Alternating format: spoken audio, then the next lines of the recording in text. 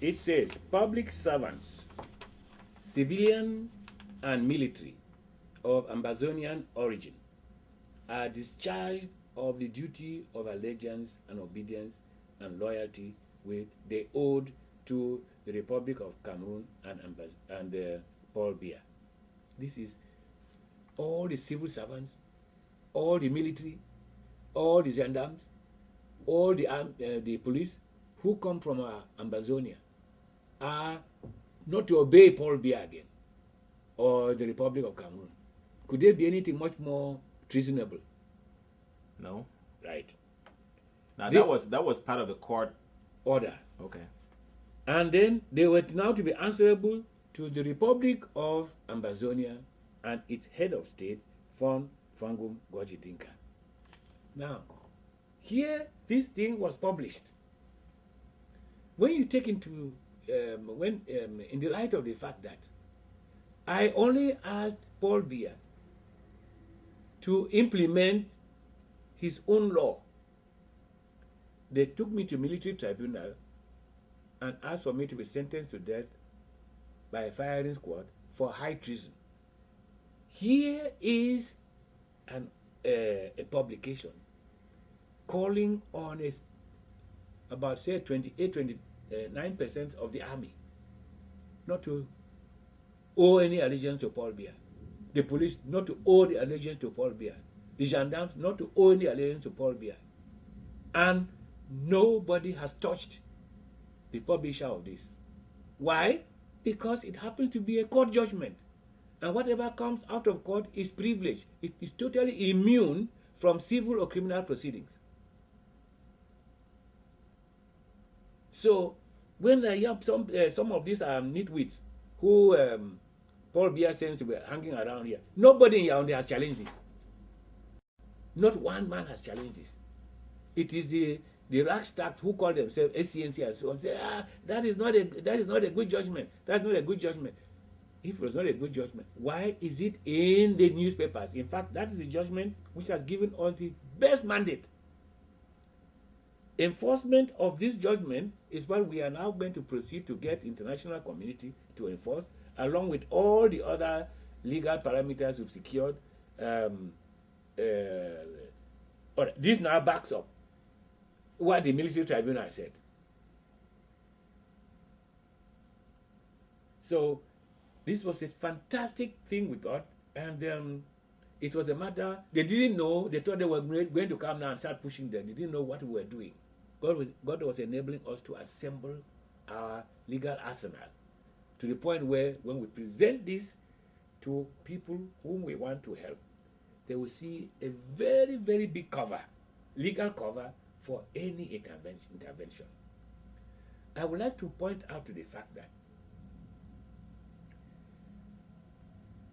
what they used to call interference in internal affairs of Cameroon, that bubble has burst. This alone has burst the bubble because it said Cameroon occupation of Amazonia is illegal and constitutes an act of continuing aggression. Furthermore, you find it even goes further to say all persons who succeeded in the March 1, 1992 legislative election in constituencies within the territory of the Republic of Amazonia henceforth become the nucleus of the transitional legislature of the Republic of Amazonia and are thus prohibited from participating in the legislature of the Republic of Cameroon. That applies even to those people there. We intend to harness, time has come for us to harness all this now. Tell those idiots there to stop going to Yaoundé. We must start liberation by ourselves before we can get backing from outside. They will be told to get out of Yaoundé. Now, then there is an order expelling from the territory of the Republic of Amazonia all persons whose presence or duties in that territory derive authority from the Republic of Cameroon, Paul Biya, or any government based in Yaoundé. So these are the legal ramifications we have now in our hands. But since this was only Cameroon business, we said we'd play cool until we get something international.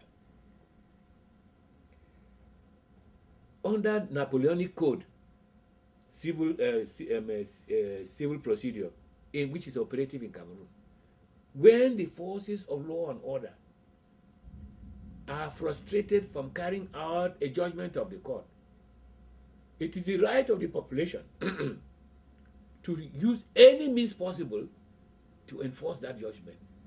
It is a law of Cameroon, Napoleonic Code, criminal procedure. It's applicable in Cameroon up to today. Explain that again. Napoleonic Code, criminal procedure. If a court makes an order which is supposed to be executed, and the person who is supposed to execute the order, let's say the Procurator General or the police or whoever is supposed to execute the order, and execution of order or enforcement of law is based on force or the threat to use force, right? Now, if that public force is in the control of somebody who refuses to let it be used for enforcement of law, the population can use any way to enforce that law. So this particular judgment now gives the citizens of Ambazonia the right to move, to do whatever they can, to enforce this. So, with the only thing I need to again to emphasize is that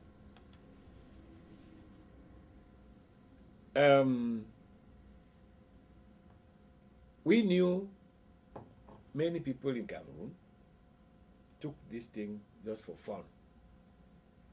They didn't know what God was using us to ramass, to collect.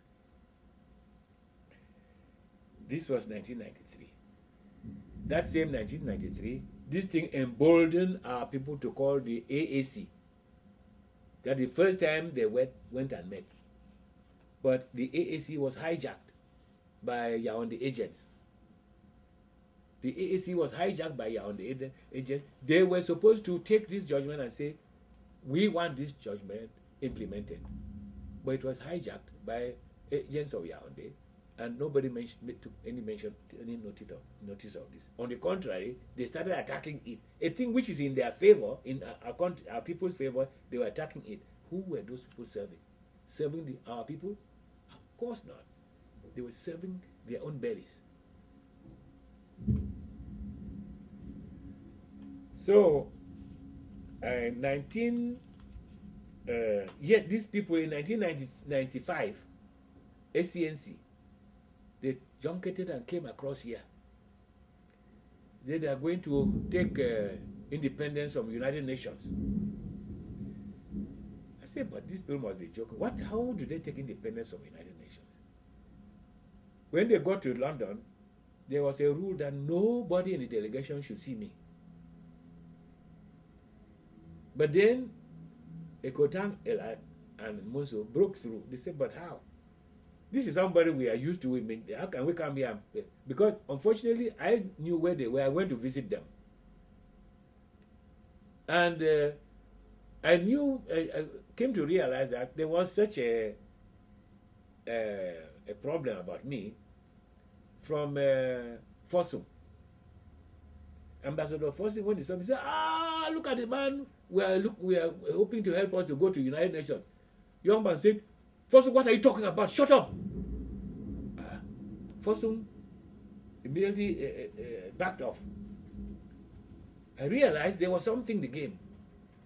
And of course, they left to the United Nations. And when they came here, to America, when they got here, boys in diaspora were asking, but where is Dinka? Young Bang was the person who told them that. They asked me to join them and I refused.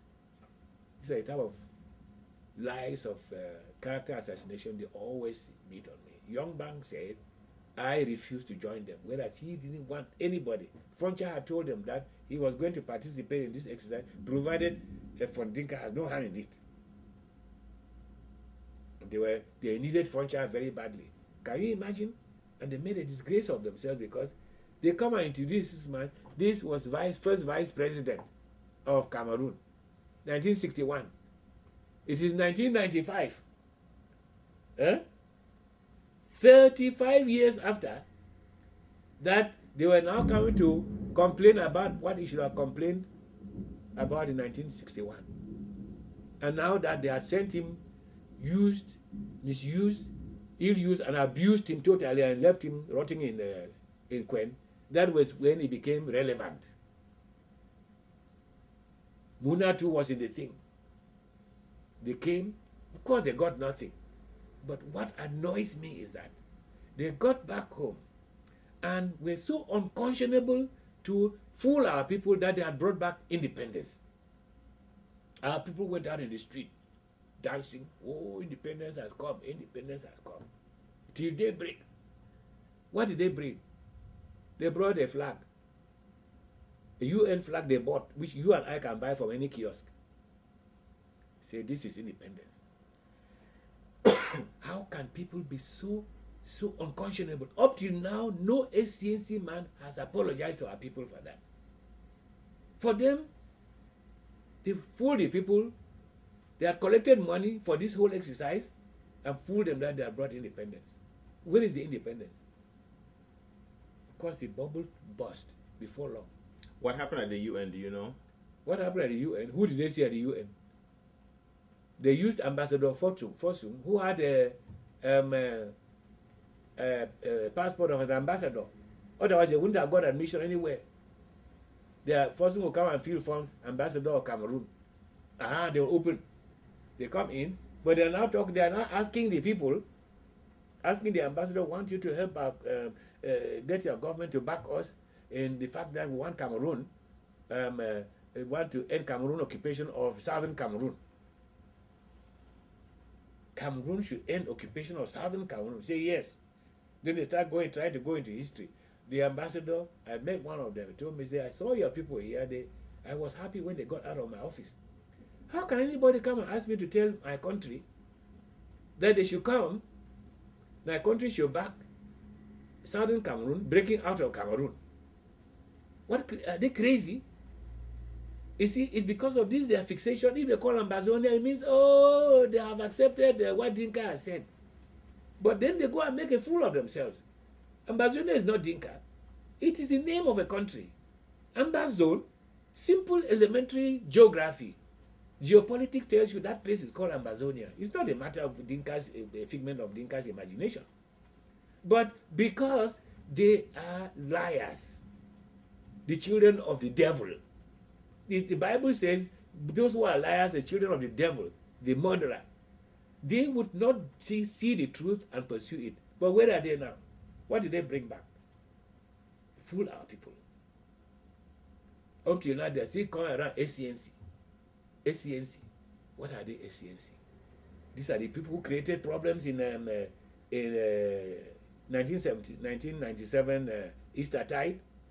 They created this terrorism in Bamenda and Bamenda and Bui. And that terrorism, from the evidence in the court, it showed that the SCNC has been hijacked, infiltrated by Bia's agent provocateur.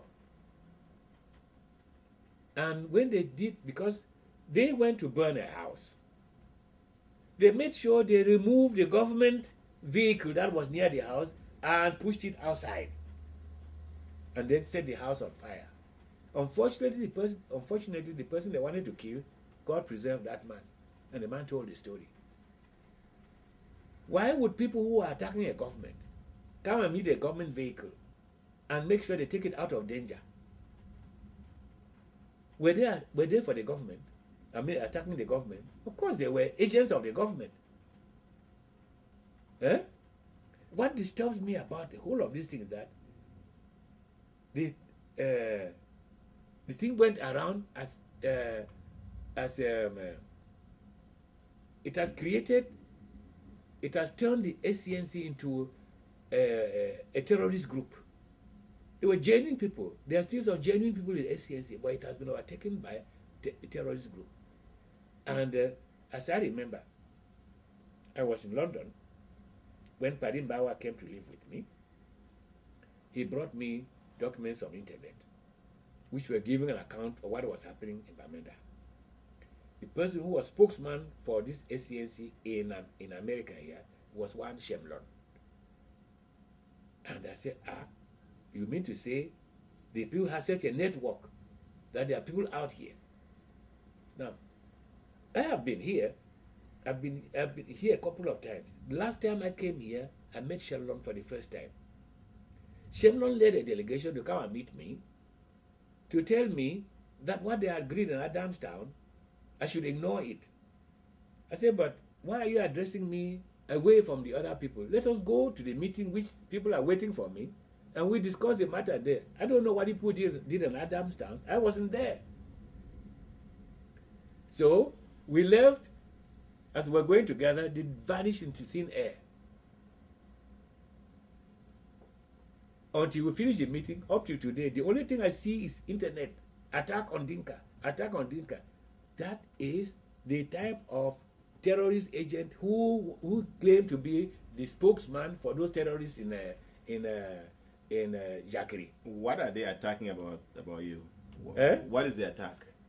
The attack? Mm-hmm. They see, they are chronic fault finders. They must find something wrong. This Dinka has done something wrong. Ambazonia is something wrong. The only person who can be attacking Ambazonia are agents of Paul Biya. Simple elementary logic. So when they keep, and if you hear them, it is part of spying. You must appear to be so, especially as young provocateur. You are supposed to operate in a way to provoke the enemy to attack you people. Now, let me ask you a question. If somebody disagrees with you, is that an attack, and does that make that person an agent of Biya?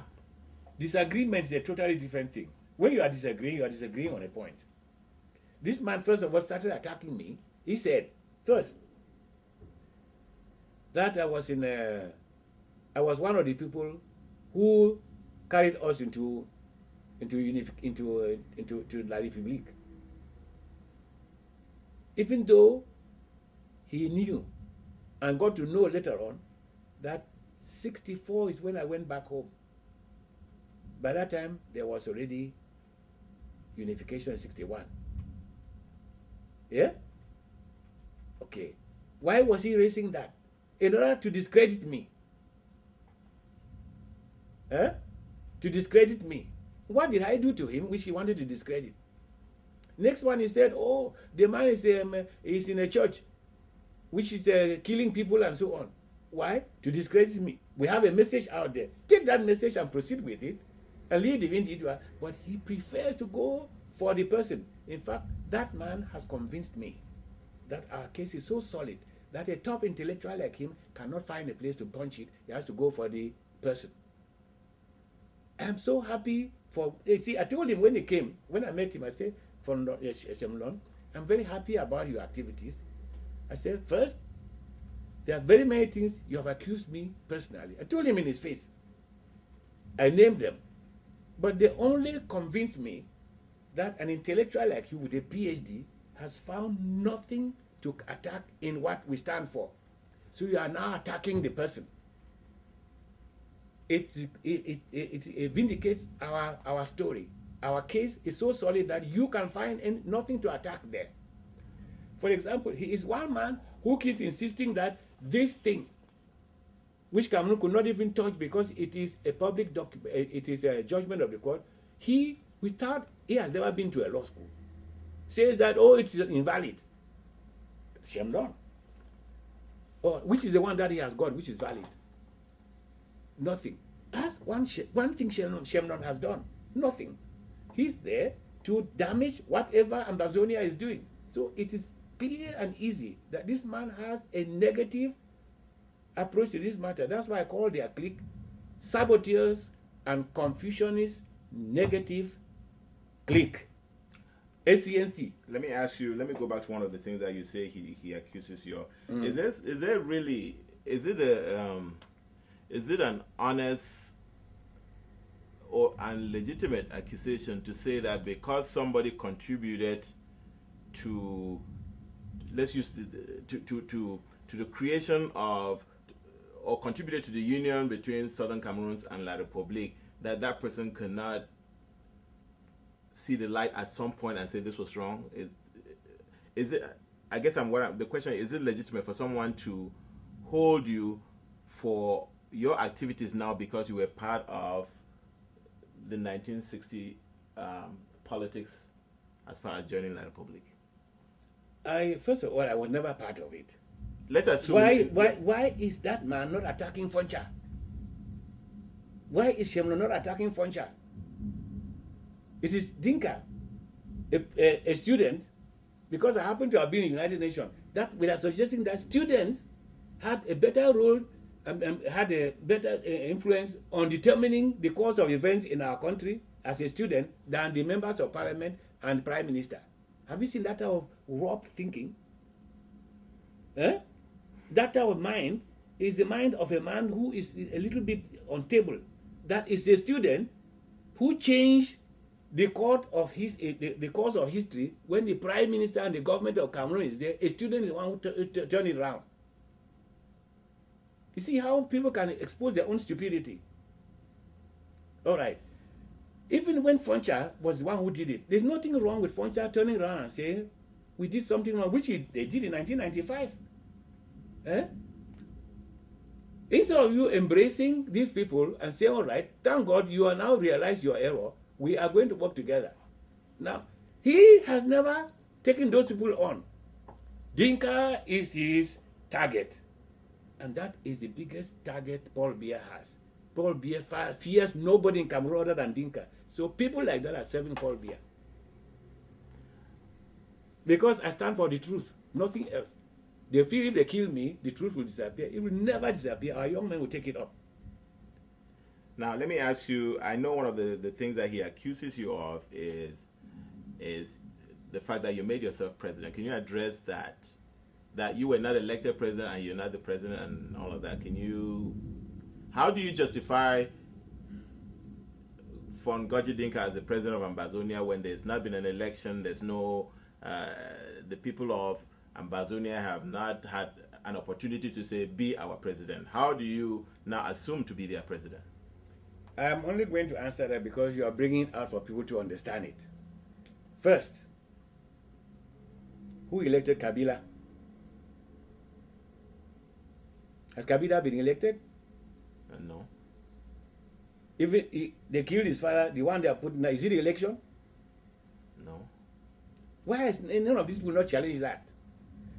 When de Gaulle declared himself president of France, and everything, but for his signature, the Allies would never invaded France. They had to get somebody who is the one they consider as the head of state of France. Who elected de Gaulle? Nobody did. When it is a revolution, the spearhead of the revolution usually becomes the head of that nation. The only people who are making that rubbish are those Paul Biya has sent, because here it is. It's now a court judgment. That's why they are trying to tear this court judgment down, but they can't tear it down. It is now a court judgment.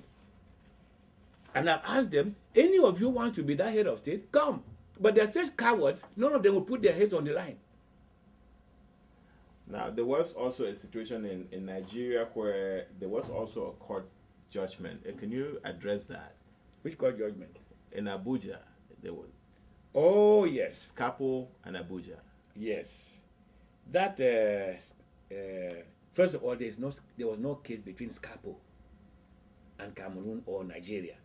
Scapo is an unincorporated body with no legal standing. It is 12 human beings that went to court. If they had gone as Scapo, nobody would have even listened to them. That's point number one. There was no case between SCAPO and so on. Those 12 individuals, a few of them decided to call SCAPO. And it's all scattered now anyway.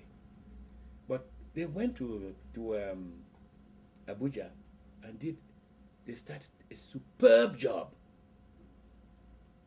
I didn't know about it till Ngekaluma phoned me. Where he got my number from, he said he got it from Muko. He said, I must come and help them. I said, help you do what? What is happening? He said, well, I filed a case in court in Abuja. I said, what is the nature of the case? He mumbled and told me they're asking Nigeria to help them in the case as to put our case at the Hague International Court of Justice.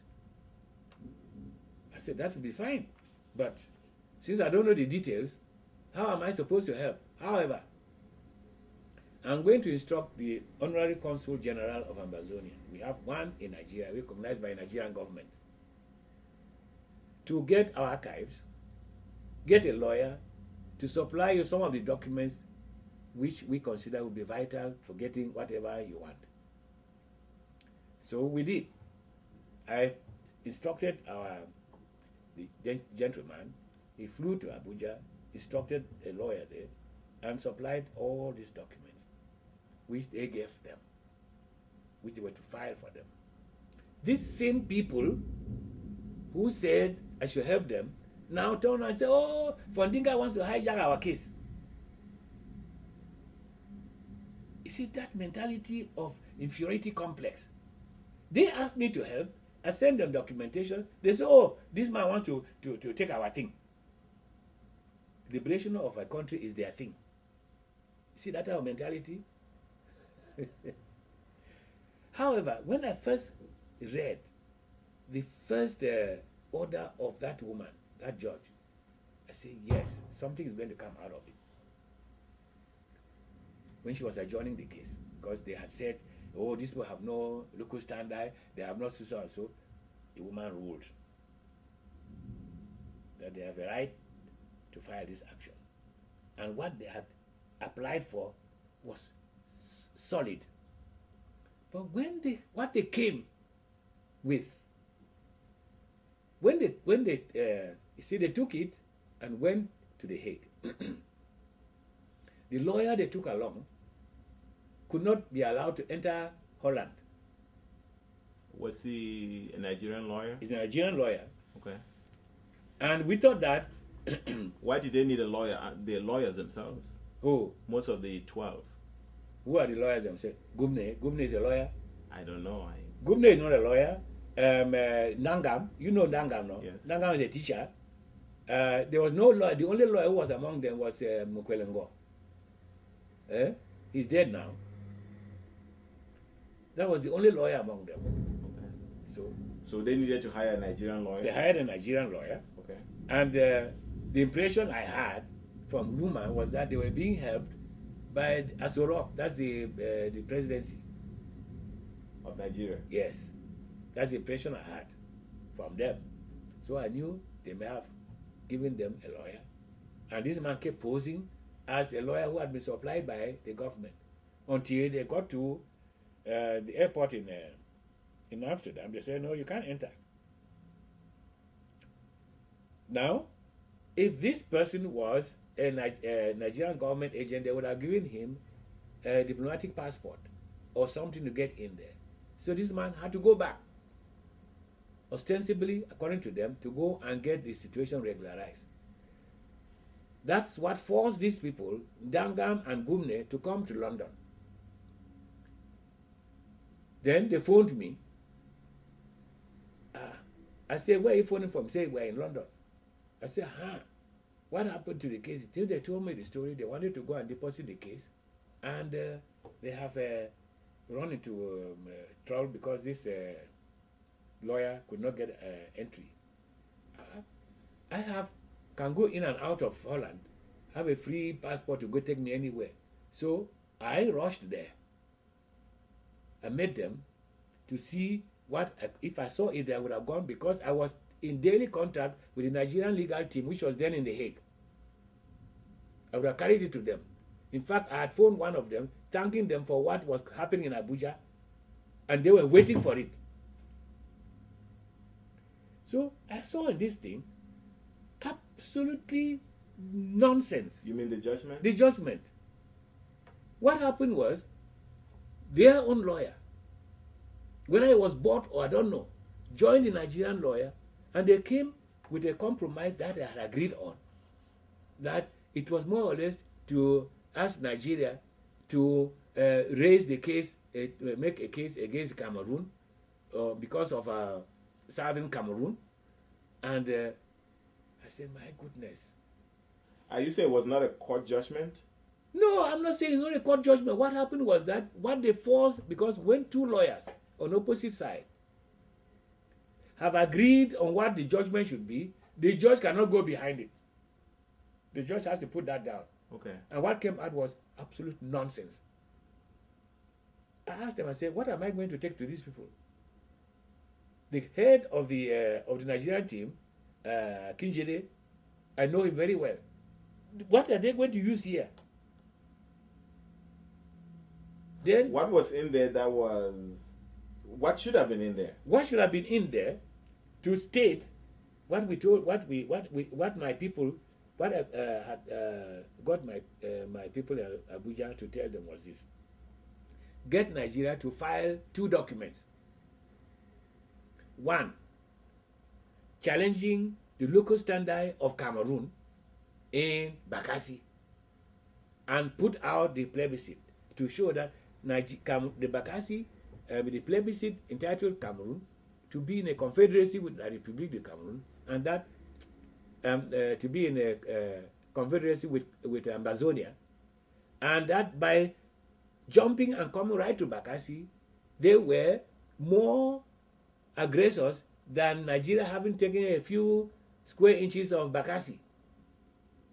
And that they also show them this court judgment, which says Cameroon is illegally occupying Ambazonia. Now let's go and back. Let me finish.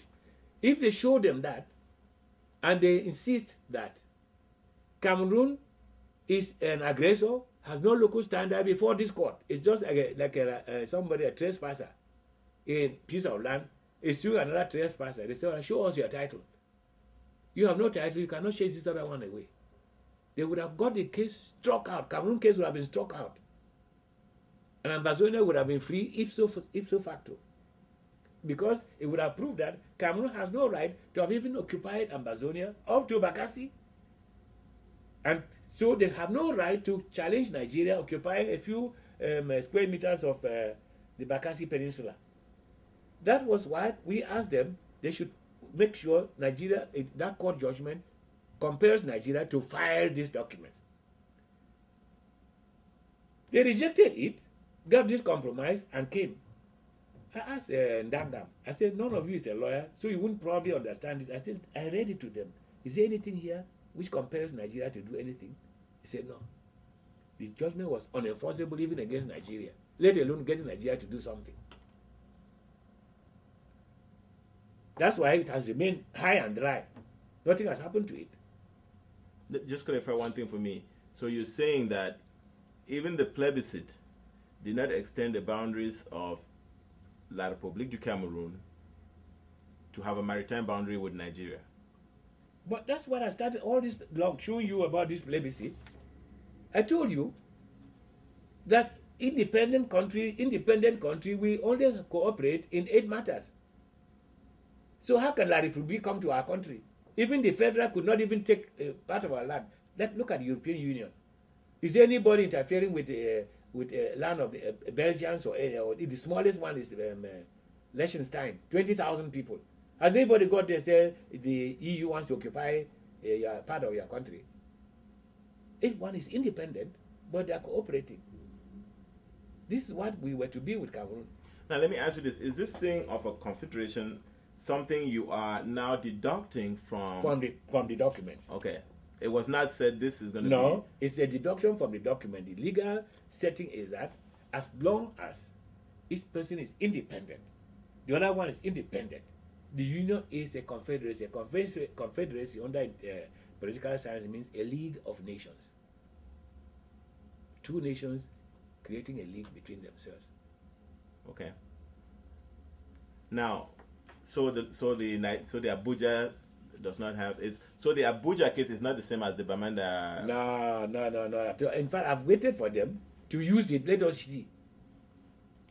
You know, recently, Shemron sent me an email talking about the Scapo and what they got in Abuja.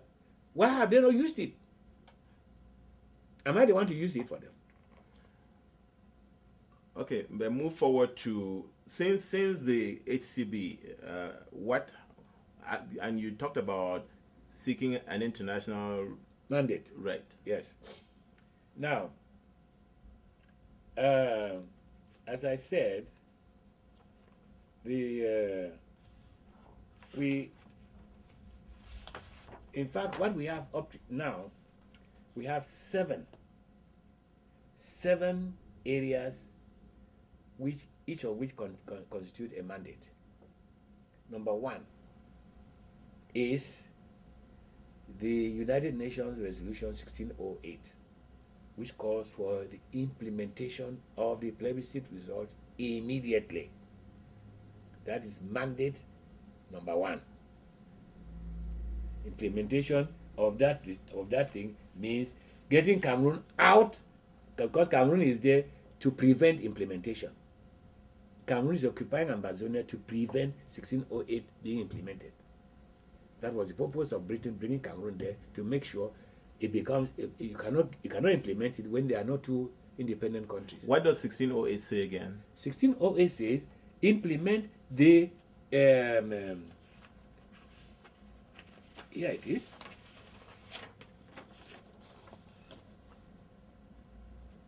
Considering that the people of the two parts of the trust territory, having freely and secretly expressed their wishes with regards to their respective futures in accordance with General Assembly Resolution 1352 and 1473.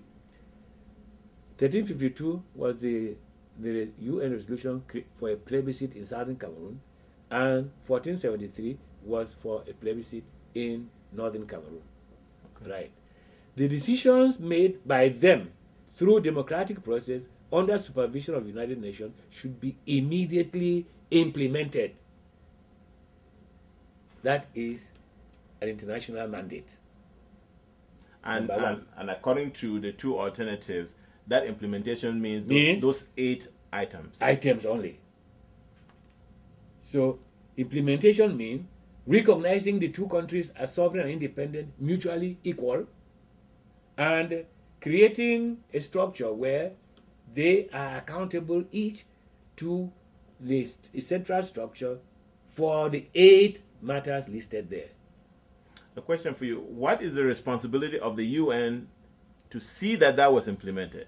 The UN now called on Britain to take the initiative to get it done. As I told you earlier, Britain succeeded. Say, oh no, we are going to handle this matter. We can handle it. They had their own agenda. And so the UN never came back to supervise to see whether Britain did what? No, Britain did everything possible to make sure UN had nothing to do with it. They will do it. Is it now wrong for the people of Southern Cameroon to still hold the UN responsible for not implementing? I mean, because no, you have a point there, but the problem is this: how do you hold them? How do you hold the UN responsible? Is there a methodology for holding the UN responsible? There is none. So you can only use the methodology which the UN has put in place to seek redress, and which is what we did. UN has created what they call Human Rights Committee under the optional protocol of International Convention on Civil and Political Rights.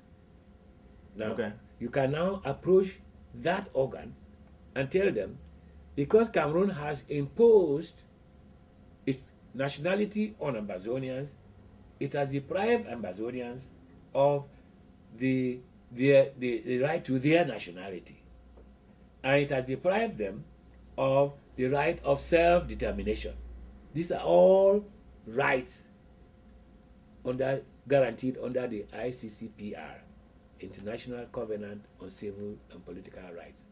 Cameroon signed up the optional protocol to be bound by this on the 27th of June 1984. Up till that time, we had nowhere to go. So, that was, as I said, that was mandate, 1608 was mandate number 1. Now, Cameroon law 84/01, the restoration law, is a mandate. It breaks up the alliance, it breaks up the union, and it is now a matter of why the new social order was saying that implements that law. And that law was the one that took La République, instead of being either a federal Cameroon or United Cameroon, to going back to being La République du Cameroun, yes, which was independent in 1968, yes, with its borders east of the Mongo. Yes. So once that came in, we are asking them implement it. That's a mandate.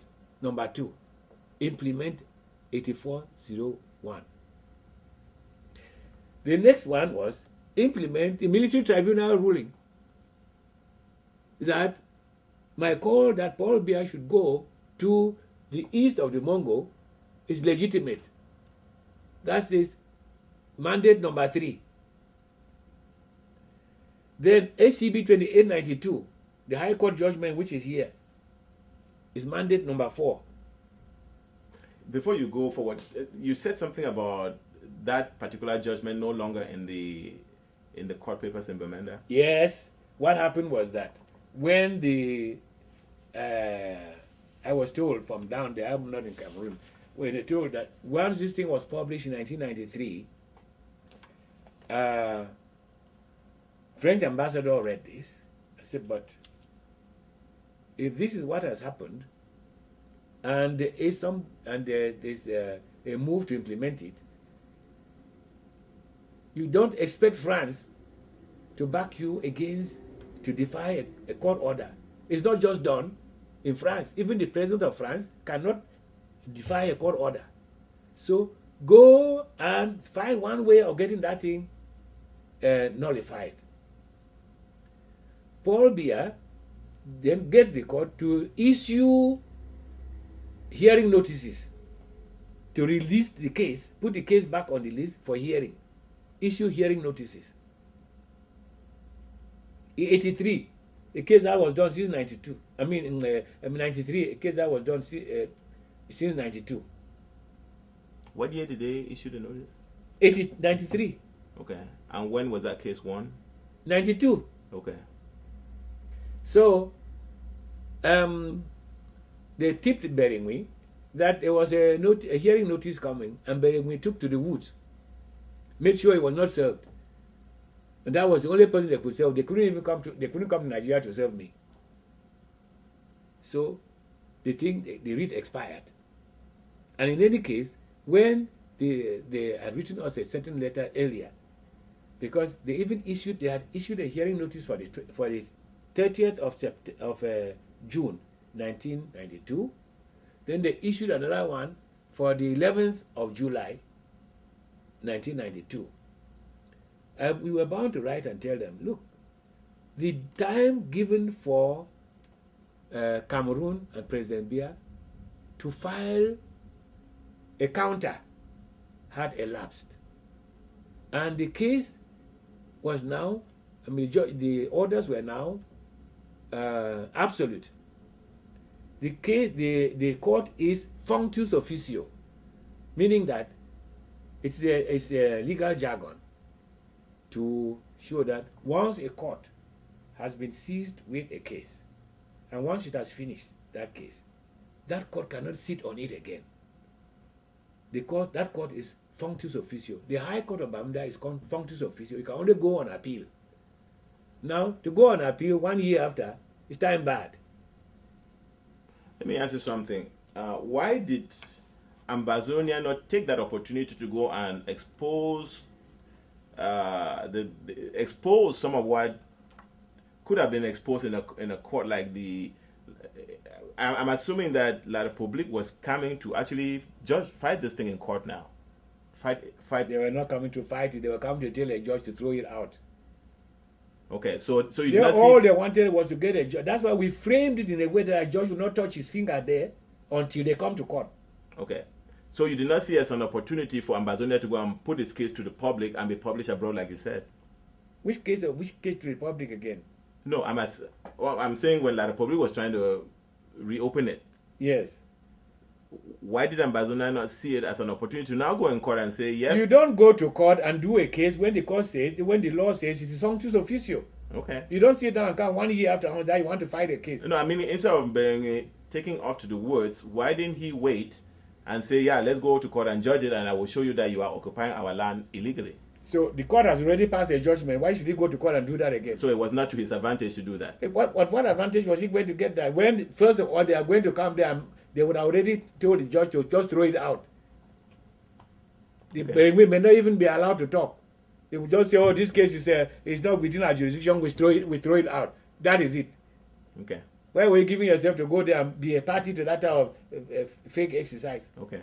You got a judgment in your hand. You then go to court to expose it. Let us because even if it was exposed, what use was it going to be? Okay. They first of all not allow him to talk. Okay. All right. The best he could have done was to get the court to issue a contempt order to the Cameroon government for failing to carry out the instructions, the orders which had already become absolute. Okay. Right. So the next one was the case I took the British government to court in London. The British had wanted to have me deported. And I believe Cameroon had a hand in that. Because when I ran from Nigeria to come to Britain, it was because Cameroon had got into a relationship with Abacha to arrest me, and I was arrested. Abacha was now trying to make a relationship with neighboring countries fine. And I was now to be given to Cameroon as a reward if Cameroon would stand by him. I was arrested in Nigeria, in Abuja. My wife immediately sent a letter to the UN High Commission for Refugees because I was then a mandate refugee, United Nations mandate refugee. So the people sent somebody to Abuja, said, "This man is our man, and anything connected with him, we are to be informed. Why is he arrested?" Abacha took fright that it was going to become international, and I was released. I realized that now staying in that country was no longer safe, so I moved to Britain. Now, 95. The British now, when I asked for traveling papers, as I was entitled to, they found one excuse or the other to say that, oh, they're going to send me back to Nigeria. So I filed an action in court. Say, I have a right of abode. I am a British citizen by being an ethnic Ambazonian. And explored all the law and put it before them. That the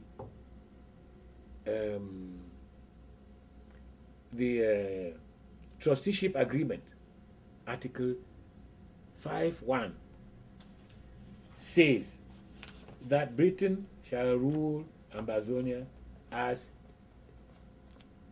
part of its own territory, not its overseas territory. I compared it with the one for Tanganyika. No such thing was there. I said, that means I was like an English boy. The right of abode in England is right conferred to ethnic Ambazonians. And that right lapses. It lapses only when Ambazonia becomes independent. At the present, Ambazonia is illegally occupied by La République de Cameroon, and it constitutes an act of continuing aggression. All that was in my affidavit. and that they occupied Cameroon, Ambazonia, thanks to the British.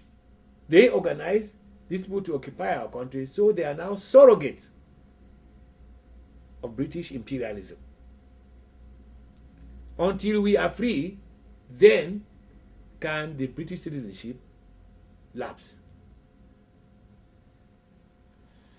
Now, the lawyer representing the Secretary of State for colonies, Home Affairs, okay, sent a letter. This was still exchange of papers, indicating that there was an ordinance of 1959 which had changed all British citizens who were people of trust territories and colonies who were British citizens. It had changed it to British protected persons. So I don't have a British citizenship. That's what they said. So I countered by saying, not even the House of Parliament, a law, an act of Parliament, can change an international treaty. It just cannot change an international, let alone an order in council.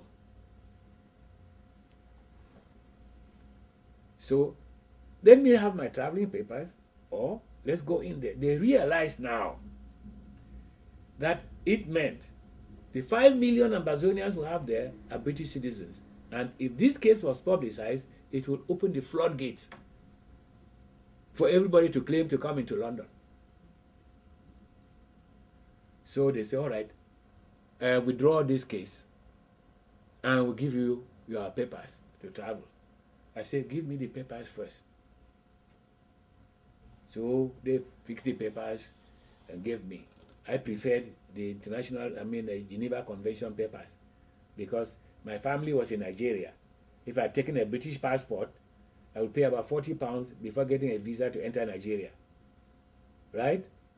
But if it was Geneva one, I'll pay £3. So I asked them, I wanted a Geneva Convention travel document. They gave me those. They said, all right, withdraw the case. I said, I'm not withdrawing the case. You've now conceded that you have no case. Let us now sign, get the court to issue a consent order, an order that compelling you to deliver the documents to me. So that it's on the record that you gave these documents to me by virtue of a mandamus. Oh, the government lawyer tried to make some noise about it. If that's the case, we are going to, I say, let's go to court.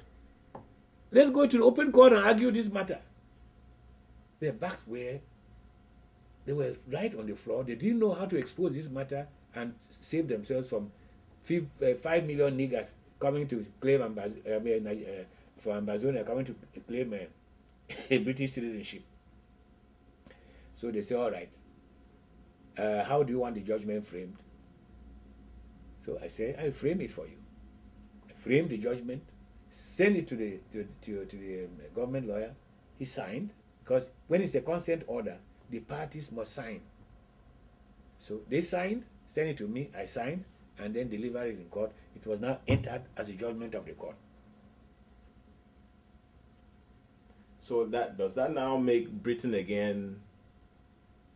Let me put it the other way. Does that now make Ambazonians, peoples of the former British Trust Territory of Southern Cameroons, British citizens? It doesn't make them. It confirms that they are. It's not making. What made them British citizens is the trusteeship agreement. This judgment is confirming that until that country becomes free, until Ambazonia becomes free, that citizenship subsists. And in fact, I've handled 2 cases in London about Ambazonians like that, cited that you can't move them. They are British citizens and they are left there. With all full benefits. I used my case as a precedent. Yes. So that is what that's how this. So that was another that's the High Court of High Court of London case, which confirmed that we are illegally occupied by La République de Cameroun. and we are British citizens. Now, then there was the International Court of Justice. Cameroon filed a case against Nigeria in the International Court of Justice, claiming that, asking the International Court of Justice to hold the parties to the legal principle that boundaries inherited from colonialism are binding. You can't exceed them. The ICJ upheld that argument, and then dutifully went out to spell the boundaries they are talking about. Let me get yes, the boundaries they're talking about. You see here, they first of all enunciated the boundary according to the chronology, the Anglo-German boundary of 1913. Here it is. It creates the western borders of Amazonia and southeastern border of Nigeria. This is the one. Then they stress the Franco-British demarcation boundary of 1919.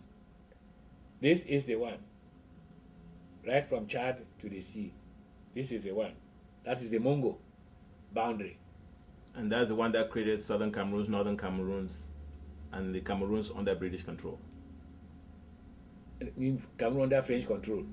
No, I'm saying that's the boundary that separated the German that separated the German Cameroon, giving British part and French part. Right. That's right. That is in 1991. Okay. The ICJ stressed that. They also went to stress this boundary in the north here, which was created by an ordinance of the British Ordinance in Council 1930. The Jeffreys boundary. So once they have stated that, and they say parties should respect the boundaries they inherited at independence, which means Cameroon should move from here back to east of the Mongo. You mean La République du Cameroon? Yes, La République du Cameroon. When I call Cameroon, I'm calling it as opposed to Ambazonia. Okay. Cameroon should get back there, get out of Ambazonia to their own side, which is corresponding with what was the new social order. So that is what the ICJ said that. That's another mandate.